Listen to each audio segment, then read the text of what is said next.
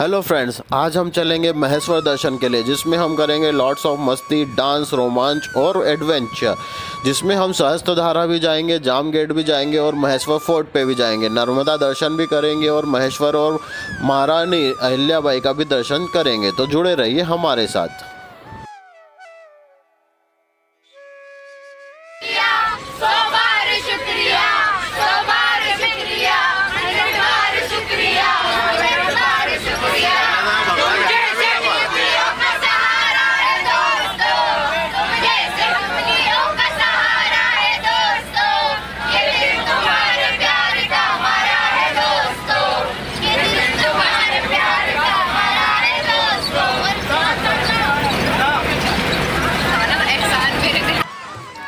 अब हम पहुंच गए हैं माँ अहिल्या की पवित्र नगरी महेश्वर में।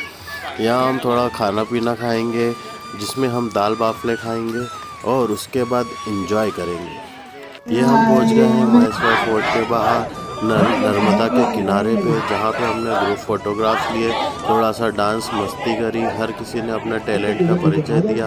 यह आप सुंदर दृश्य देख सकते हैं। आइए और आगे बढ़ते हैं।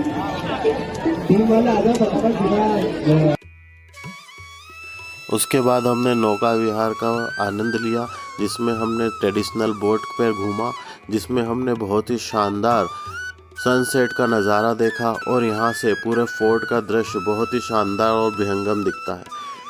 आप भी आइएगा और ये बोट का नज़ारा ज़रूर देखिएगा। और इसके बाद हम सब ने म्यूज़िक पर बहुत ही मस्ती करी, डांस किया और बहुत ही एंजॉय किया। आप यह सब वीडियो देखिए और इसके साथ ही मैं आपको थोड़ी बहुत महेश्वर की हिस्ट्री बता देता हूँ।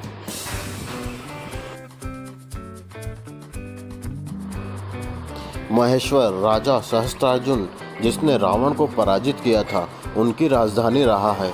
ऋषि जमदग्नि को प्रताड़ित करने के कारण उनके पुत्र भगवान परशुराम ने सहस्त्रार्जुन का वध किया था। कालांतर में महान देवी अहिल्याबाई की भी राजधानी महेश्वर रहा है। नर्मदा नदी के किनारे बसा यह शहर अपने आप में बहुत ही सुंदर व भव्य घाट तथा महेश्वरी साड़ियों के लिए प्रसिद्ध है। घाट पर अत्यंत कलात्मक मंदिर हैं, जिसमें से राजराजेश्वर मंदिर प्रमुख है। आदि गुरु शंकराचार्य तथा पंडित मंडन मिश्र का प्रसिद्ध शास्त्रार्थ यही हुआ था। यह जिले की एक तहसील का मुख्यालय भी है। प्रसिद्ध पर्यटन स्थल है। खरगोन से 56 किलोमीटर की दूरी पर यह स्थित है। यहाँ पहुँचने के लिए आपको निकटतम वायु मार्ग से इंदौर से ही आ सकते हैं। ट्रेन द्वारा निकटतम रेलवे स्टेशन एक आपको इंदौर मिलेगा, जो कि 96 किलोमीटर है, और खंडवा जो कि 120 किलोमीटर है।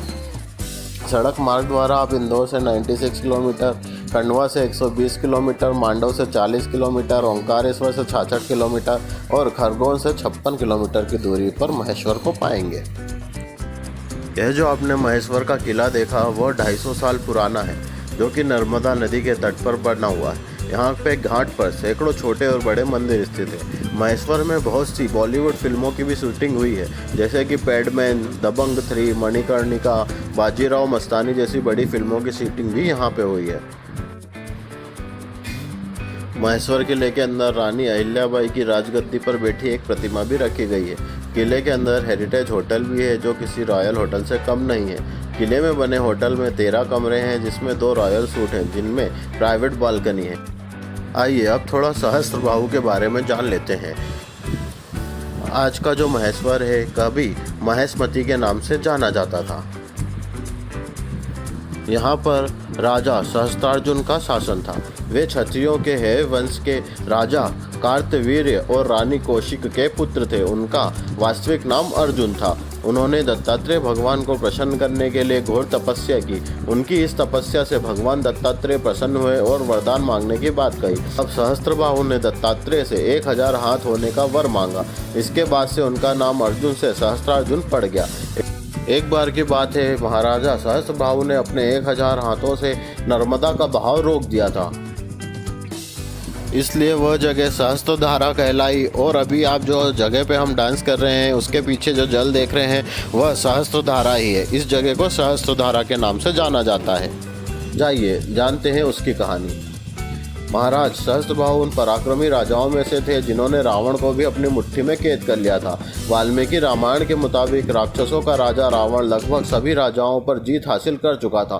तब रावण ने राजा सहस्त्रबाहु का नाम सुना तो उसके मन में उन्हें भी हराने की इच्छा हुई। उन्हें जीतने के लिए वह माहिष्मति पहुंचा। उस समय सहस्त्रबाहु अपने पतियों के साथ नदी में जल क्रीड़ा कर रहे थे। रावण को जब पता चला कि सहस्त्रबाहु अर्जुन नगर में नहीं है तो वह युद्ध की इच्छा से वहीं रुक गया। नर्मदा नदी की जलधारा देखकर रावण ने वहां भगवान शिव की पूजा करने के बारे में सोचा।